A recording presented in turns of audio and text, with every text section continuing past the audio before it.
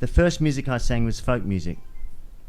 I wandered through a world of wonders, slayings, and apparitions.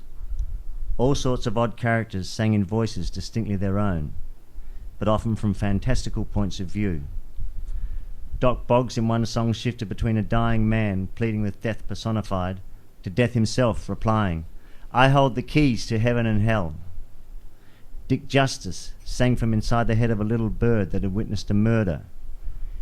20th century singers sang as doomed 18th century ship captains, 19th century outlaws, ghosts, or moles in the ground.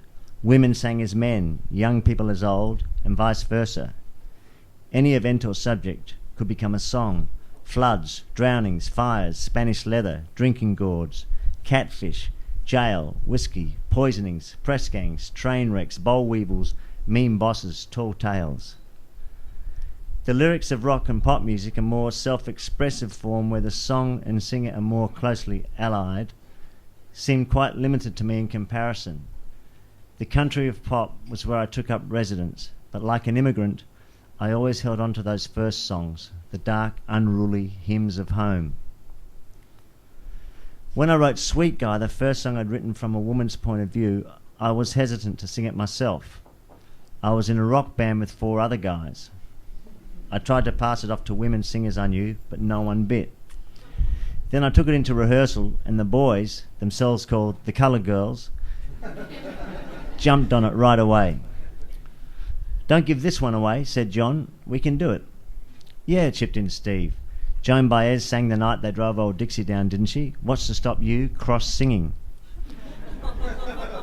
I'd sung Single Girl, Married Girl by the Carter Family and always sang along to Sir with Love and Dancing Queen, big favourites at our late-night sing-alongs. But Sweet Guy somehow felt different. I had less distance from it, having written it, but paradoxically felt I had less right to sing it, as if I had to be more honest singing my own songs. "If you wrote it, you can sing it," pressed the gang. "You have more right than anybody." We were playing bigger rooms by this time. Our songs were on the radio. We drove into country towns and big crowds would show up to see us play. We unveiled Sweet Guy for the first time at a leagues club on the central coast of New South Wales. Steve had written a killer guitar riff to kick things off. The song felt odd coming out of my mouth, but Michael's harmony sounded sweet, the dancers stayed on the dance floor, and the drinkers kept drinking. It didn't take long to get used to. After a couple of gigs, singing Sweet Guy felt perfectly normal. The record company liked it and said, "Let's put it out as a single. We'll do a video." The recording sounded good, but the video was another story. It looked like an ad.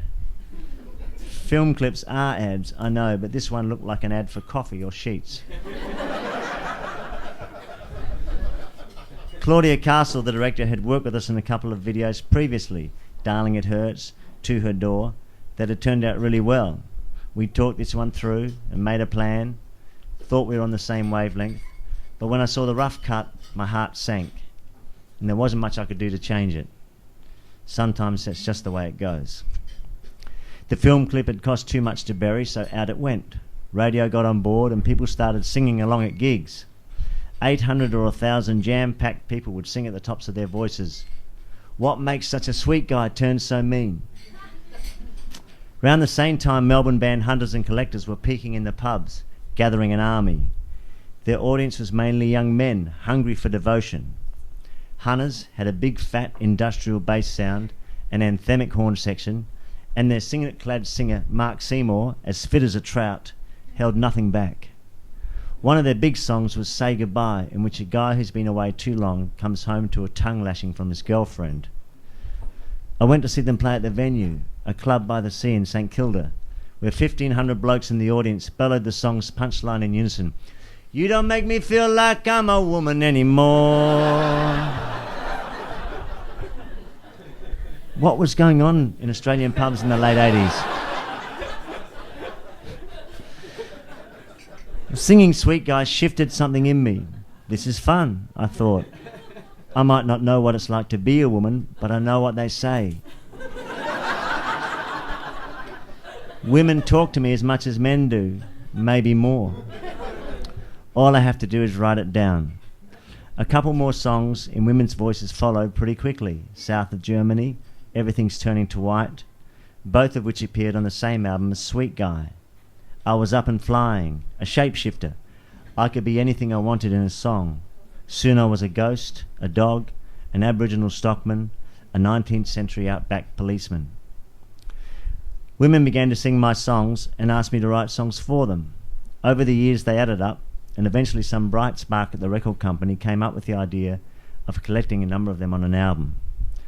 As well as compiling existing songs, Eleanor, the bright spark, commissioned some new covers and called the record The Women at the Well. Throughout 2001, tapes began arriving sporadically in my letterbox, each containing one song. They sounded both familiar and strange. Some were surprising, others were how I'd always imagined they'd be. Rebecca Barnard did some cross-singing herself, changing into a man for She's Rare. Before Too Long turned up with a soul groove and a new tune snarled by Chrissy Amphlett, bringing out the song's hidden menace. One of the last to come in was the murder ballad Everything's Turning to White, sung by Casey Chambers. A body in a river, a wonder, a slaying, an apparition. She sang it slow and sparse like a folk song. It sounded as old and as cold as the hills.